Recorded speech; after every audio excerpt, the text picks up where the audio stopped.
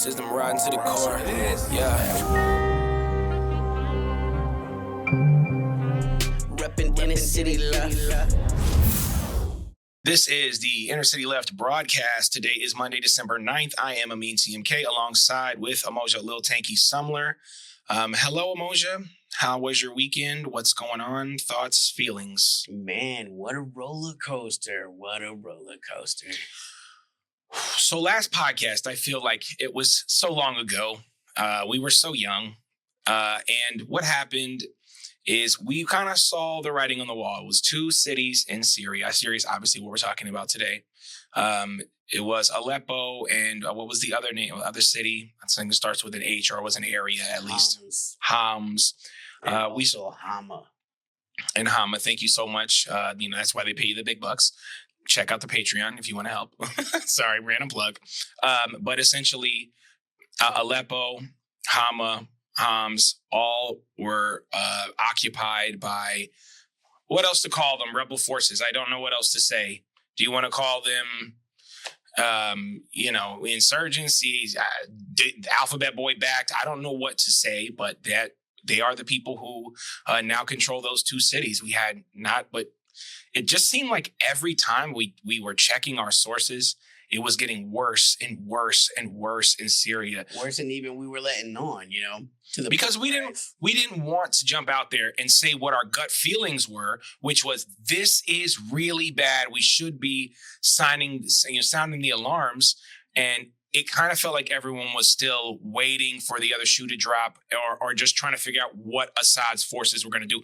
Why wasn't Assad's forces really able to do anything? Why was this so quick? And why did it surprise so many of us? I mean, some people would say, why did it take so long, right? I mean, if you think about it, they've been under one of the most advanced sanction regimes from the United States for the past decade.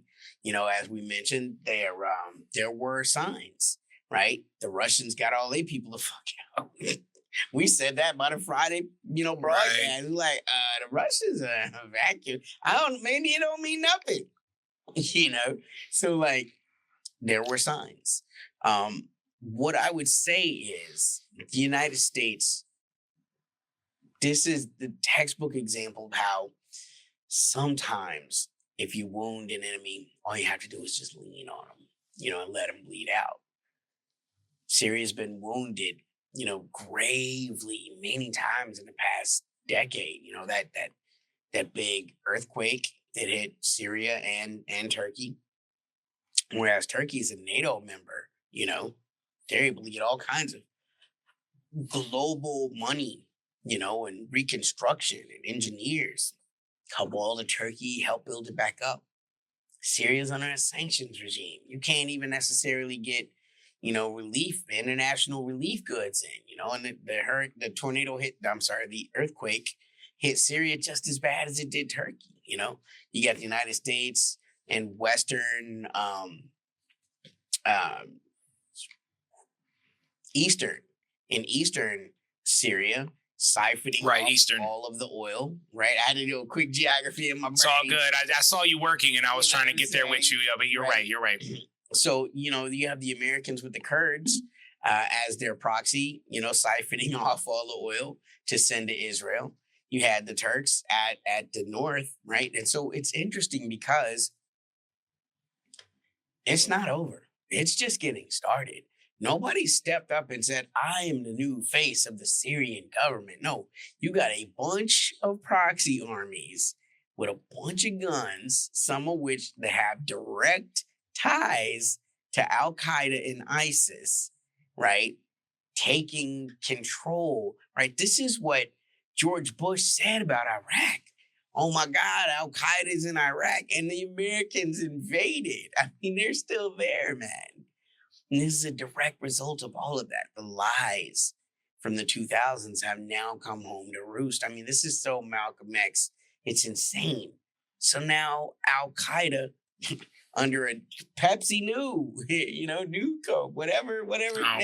You know what I'm saying? It's Pepsi free. It's not Tab, whatever rebrand, that you want to go with, the new flashy Jaguar. It's not the old one.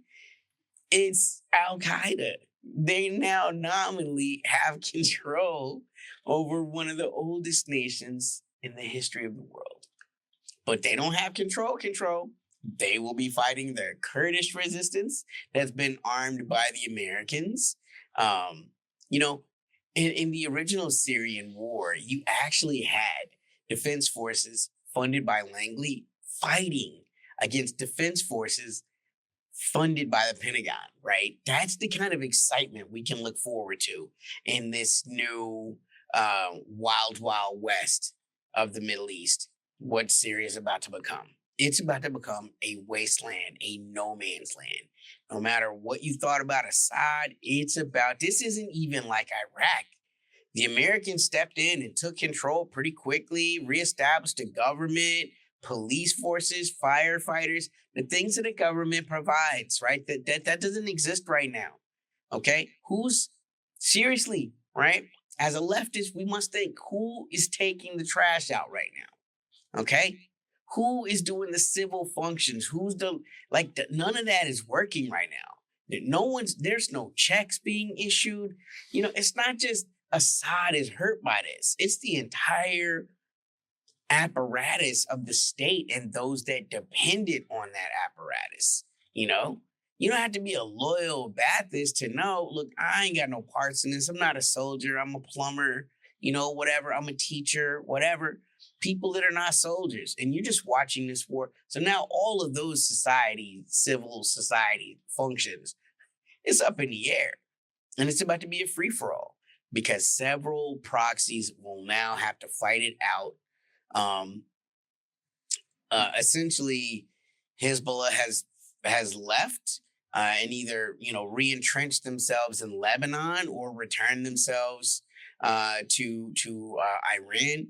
I've seen photos of at the border, just everyone threw off. Again, this could be a photo op, but just rows and rows of everybody's fatigues thrown off, all the AKs thrown off right at the border, so you could just dip into Iraq and be a regular dude. Because I was in the army, I wasn't necessarily an Assadist. That regime is falling. Don't take it out because these guys are gonna die, bro. The people that were part of that government apparatus, they're mostly gonna die. Your families, so again, right? People talk revolution, they have no idea how messy it is. This was something where literally the kids are just playing in the room and now they done broke down a wall and that wall was load bearing and now the house is about to fall. You know what I'm saying? That's what happened in Syria. So we talk about how fast it fell, but really this was a decay. This was a cancer, from the inside. They had not been able to build. They weren't able to get any of their real oil revenues because the Americans were siphoning those off under literal gunpoint. You had all of these different factions in there. The Kurds had like I said, the weed bearing. So you can't even feed the people. Of course, ain't nobody going to die for Assad. And this is another critique too, right? Because Assad is not beyond critique. Man, the governmental palace was palatial, wasn't it? Damn, it was real nice. It's hard for you to live like that, right? This is what we're talking about with these leftist principles. You may be nominally working with the resistance, but are you the resistance? Because it don't look like you really got a whole lot personally that you losing at all. Your palace was quite nice.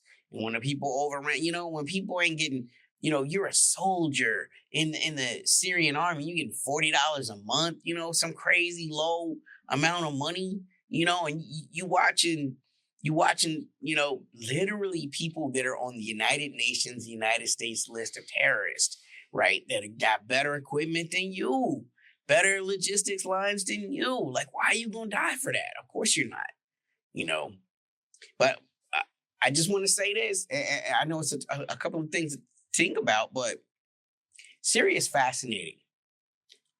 As an American, Syria is fascinating. Because Syria is why we gave up our freedom.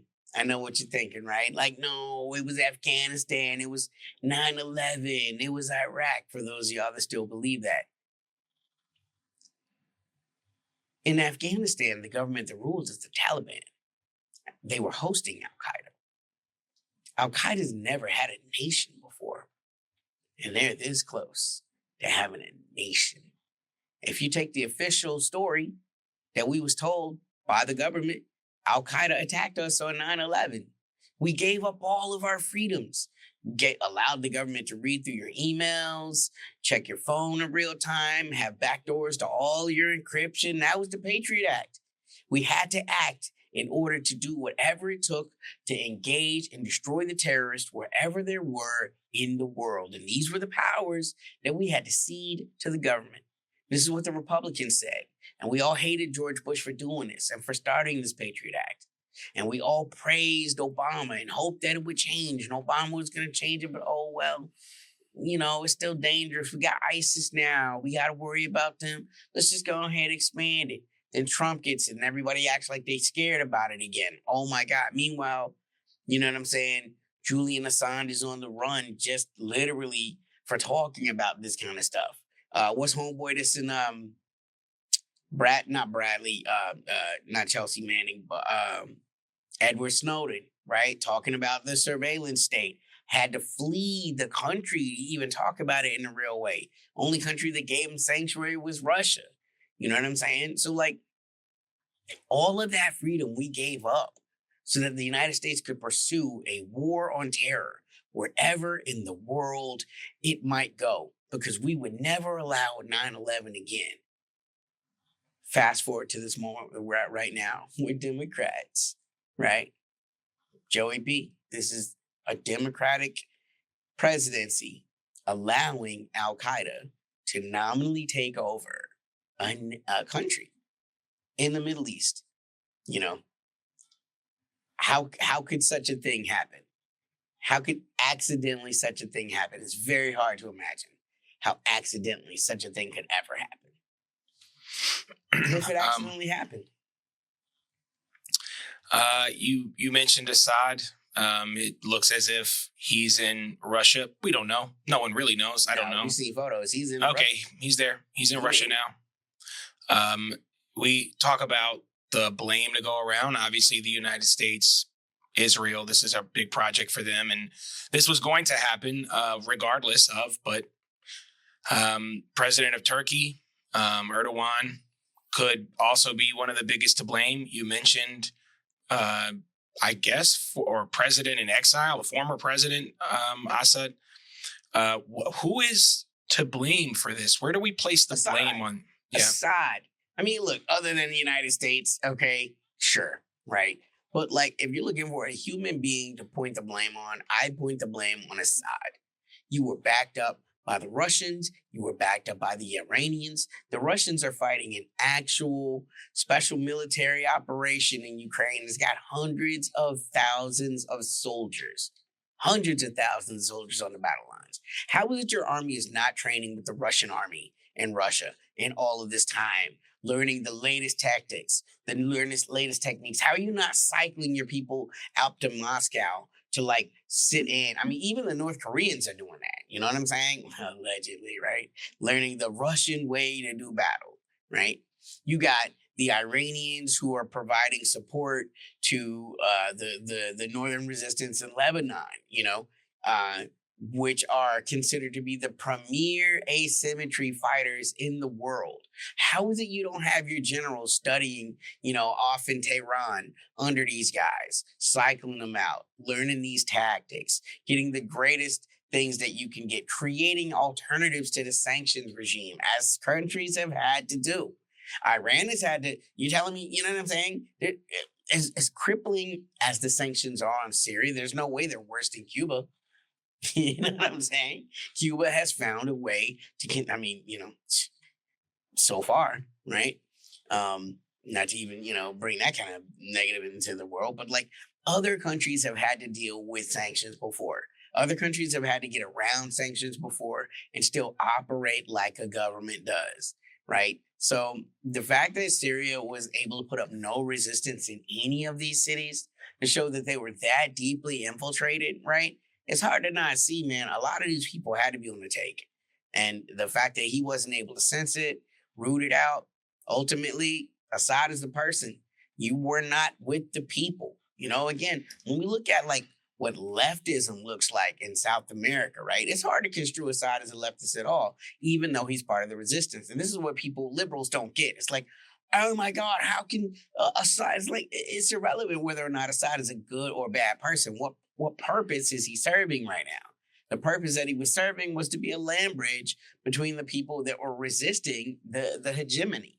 You know what I'm saying? And that is far greater value than most liberal people will ever do in their life, regardless as to what their ideology goes. But when you compare and contrast him to an Evo Morales, someone that's flying, coach, with the people, still spending time with the tribes, in the nation that he's from, right? Whenever you see Assad, he's extremely isolated. He's never with the people. There's no way that Assad had any idea what the real temperature on the ground was. He kept himself too isolated. He thought shit was sweet. He, once again, he fell into the lure of a ceasefire, right? What is the new terminology they always want to call it? They don't want to say a ceasefire, but it's a cessation, or whatever's the cute phrase, a conflict freeze, right? Because all they're doing is they're waiting, and this is what I would do too. I'm just waiting for the one moment that presents itself where I have tactical superiority, and I am going to exploit the hell out of that advantage. That's all it ever is. And you know who's proven that? Bibi Netanyahu, once again, perhaps the world's most astute politician, rolled his tanks right through Golan, which again is officially part of Syria. Took over the highest parts of that mountain, have already extended their artillery reach into Syria. Magically, ain't no Al-Qaeda, HTS, GQ, I went through a phase, terrorists still rampaging. They seem to be distracted, looting all the central banks in Damascus. Their will to fight has just disappeared like a fart in the wind. Yeah, and this is kind of where we go with don't worry about the rhetoric, don't worry about other things, because the reality on the ground is going to tell you how things work. No one's going to try to give up land. These are important strategic positions for Syria. They're important strategic positions for Lebanon. That's why Hezbollah is doing everything they can to maintain them. And this is, again, I think has America's hands all over it. Now, there's something I just want to mention, because if we go into our comments, I don't know if they're real people.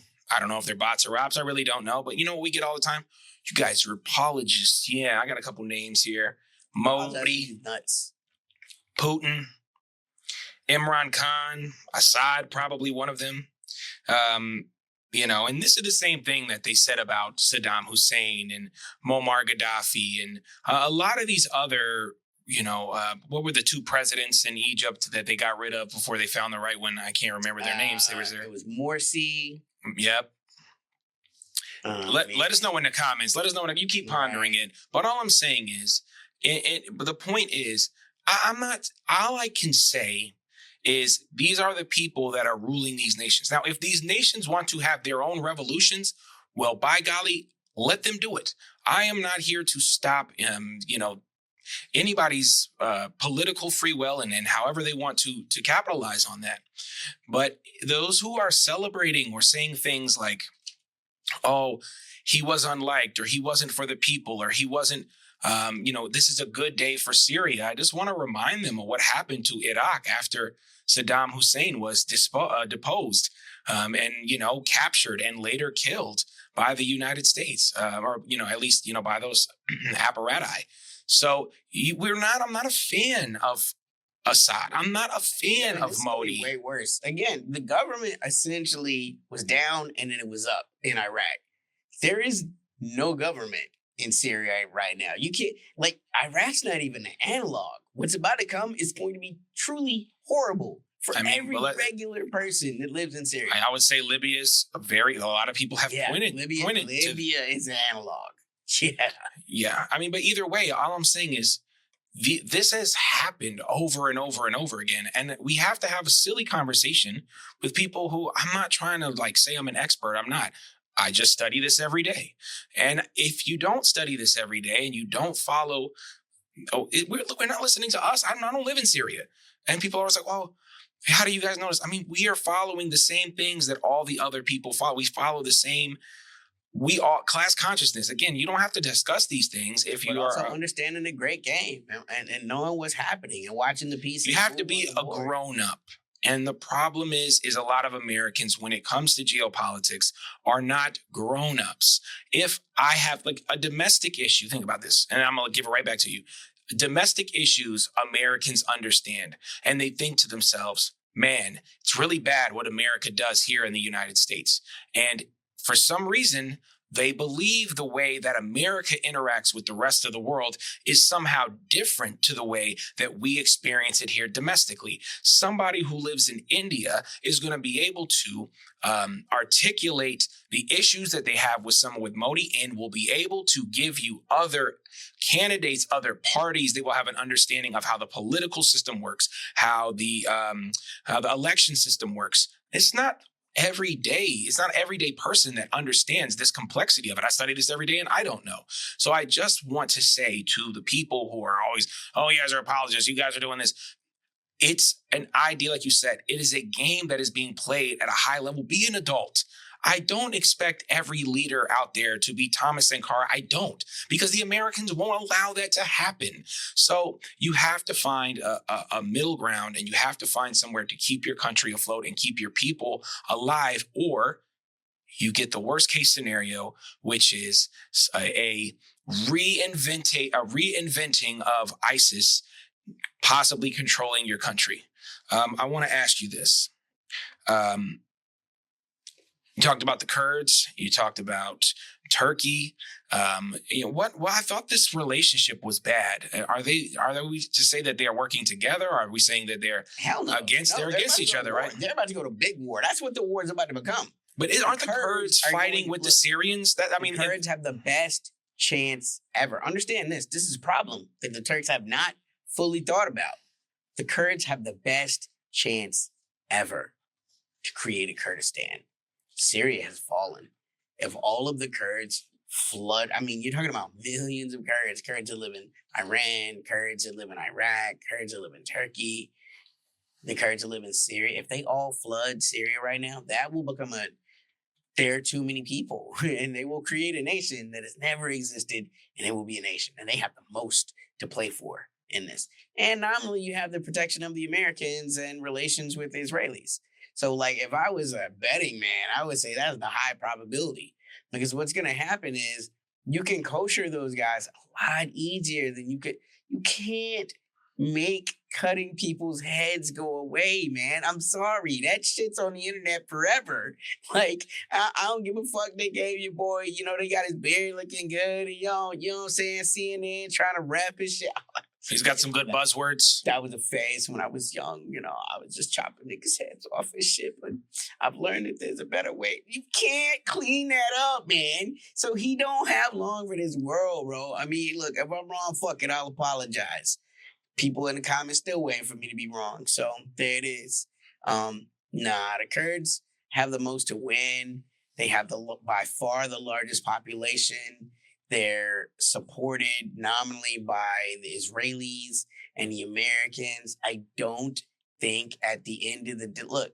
Is this just a deadly alliance? That's my real question. Absolutely. So they basically have already begun. The betrayals have already. The Kurds are already fighting the HTS people.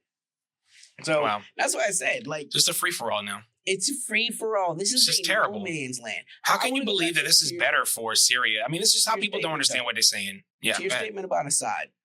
I think that something that the left doesn't understand, academics don't run countries. None of them. Marx wrote a fucking book. He did not run a fucking government. You know what I'm saying? Academics don't run. So you're not going to find this fucking perfect leftist ideology. That shit is childish and inane. Geopolitics is not about ideology. Geopolitics is about power. And force utilize power to play this game. Geopolitics is a game of power. Ideology is convenient sometimes, but I got to tell you, man, it's just weaponized. There ain't a lot of shared ideology between contemporary China and Viktor Orban in Hungary, but they work together wonderfully. Why? Because it's part of the great game. And right now, this is why we have diplomats. Right. You have to have a person that can go to another country, understand the culture a bit, and have a discussion in a way that's not just understanding the language. You have to understand taboos and all this other stuff. Americans think it's all about liking each other and personalities. I mean, like what's happened in the past, let's just say 8 years of the American presidencies has been shocking and unacceptable. The fact that diplomacy has fallen to this level where they don't even talk to countries they don't like, that's the job of diplomats. It's your job to talk. You don't get to not talk to people. And also not talking to people is how you don't know about word on the street, man. Which is not to say that the Americans are uninformed. I feel like they were probably as informed as anyone else about how precarious this situation was. And it would not surprise me at all if Reagan called old man Biden and was like, hey, I'm about to let loose the hounds of war. What you think? Old man Biden? Yeah, fuck Assad. Yeah. What'd you call it? Like the 2 months of terror from Joe Biden? Kick the table over. Let Trump deal with his madness. It continues. But this is a whole nother level. Let's not forget, too, that Libya fell under the Democrats. Obama and Hillary Clinton, he saw, he died. McCain, we saw he died, yeah. Yeah, all jokes. So here we are once again. And Gaddafi was killed in the streets. Yeah. We didn't really have that connection. Assad thought it could never happen to him. Well, look at this. Now you somewhere, random man in Moscow talking about, I want to get out of politics. I want to go back to being an eye doctor. Like, I bet the fuck you do, bro. You crapped out. There is no politics game. You're not going to come back 30 years later like this fucking Shah's son in Iran and one day inherit Syria again. That's it, bro. The millions you got is the millions you got. You better live a regular fucking life and try to stay out of the papers. Yeah.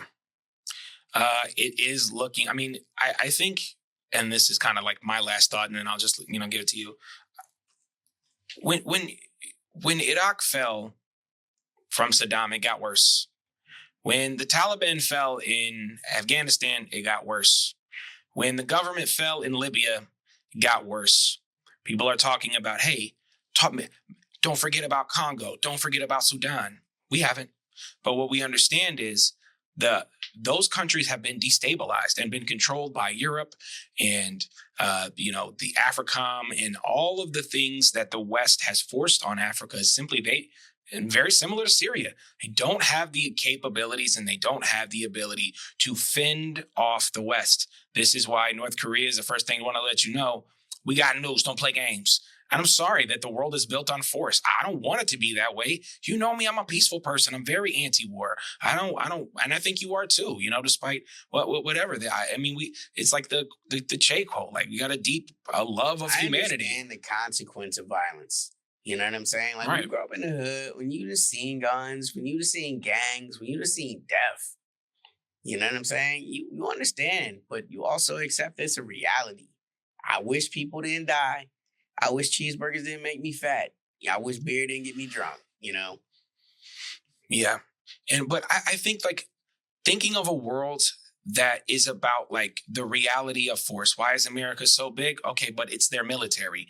Of course, they got cultural things and economic, but they're military, and they're not only that, but their ability to conduct warfare using proxies. We're seeing this right now in so many different parts of the world. Taiwan, Ukraine, Israel. We're seeing just being able to hold off people like the Saudis and the Emiratis and the Qataris and just politically holding over. We just talked about Egypt, politically holding Egypt out of this particular conflict. These have been very strategic moves that have been made, not with necessarily military, but with that alphabet boy vibe. We can come and destabilize your country you talk about this too, the American long game. And I think there was a video that was floating around. I don't know to its validity, but it was a former member, I think, of the Bush administration talking about this. They wanted Somalia, they want Sudan, they wanted Libya, they wanted Syria. That's General Wesley Clark from Little So Rock, you saw this? Arkansas. Wow, okay. I know that man. There you go. I thought you might, and it just goes to the point of like, this is the United States playbook. They are utilizing this everywhere in the world, including Europe. They're playing Europe like a bunch of bums, like a bunch of patsies. Little brother, go out there and fight this guy. So when I fight him, he'll be worn down already. We talked about this, and we mention this all the time because if you understand how America works, we don't have to be shocked and surprised when something like this happens. I'm not saying I'm a fan of Assad. I don't live in Syria and I don't know the everyday things that go on there. Just a part of the movie where the gangster is in a room with his friend and they're counting the money. And then the soldier jumps through the door and he pulls out his gun on the gangster. And the gangster pulls his gun on the soldier and he says, "You blaze, I blaze." And the soldier says, "Are you looking at me?" And then he shoots his friend in the head. That's what happened. Like, the soldier has not fired on the gangster because it's still the consequences, right? Hey, you notice ain't been a whole lot of ballistic missiles going into Russia lately, right? They talked that shit. They fired a couple after the Orishnik, and then that shit was done. But they did do your mans, though. And they daring you to do something. And Russia has to be smart. Russia was given a choice. Do you want to save your friend, or do you want to win this little special military operation? But you can't do both. They chose to finish the special military operation. It's hard to be mad at that. Geopolitically, it makes more sense. Yeah. Assad never did his own due diligence. The people didn't have a great love for him. You know what I'm saying? He was a Nepo baby. His daddy was the one that did all that work. You didn't even, Assad was just you were the last of the Ba'athist princes, but you called yourself a president, and now you're gone. And the Ba'ath party washes away with you. No pun intended, right? Wow. Look, I just wanted to remind you that, you can get God too. I just want to give a shout out to the podcast listeners. How about let's do that? We're available everywhere you find podcasts. It's unfortunate you can't see our lovely faces. We're here on YouTube, but, whatever. YouTube's run by Google. I'm not crying for them. But don't demonetize us. Let me also give a shout out to our Patreon members. We got a Patreon, and you can join it. I was also ready for free. Like, you could join it for free, but we do appreciate what folks can give us. Let's give a shout out to Nikki Infeld, Riggedy Pellegrino, Nat the Rat, Lucy Newman, Samantha Guerrero, Dumpy Tom LeBeau Turn Leftist, Kelly Lieta, Dubsy22, Jay Goulart 94, No Ground, RK, Paula LaPonderosa, Lissa Piercy, Lauren Bullock, Suzette Tav, and Dennis Amadeus. Y'all are real heroes. Last word for you, my friend. Yeah, shout out to all of the fake feminists that was hollering about, free Syria. The government is falling, and now it's a free fall, and it's going to be the worst conditions. The only women that will probably have worse conditions than the women of Syria right now are the women in Gaza. So, congratulations. You guys win again. From Mojo Little Tanky Summer, I'm Amin TMK. This is the Inner City Love Broadcast. Peace. System riding to the core. Yeah. Reppin' Inner City Love.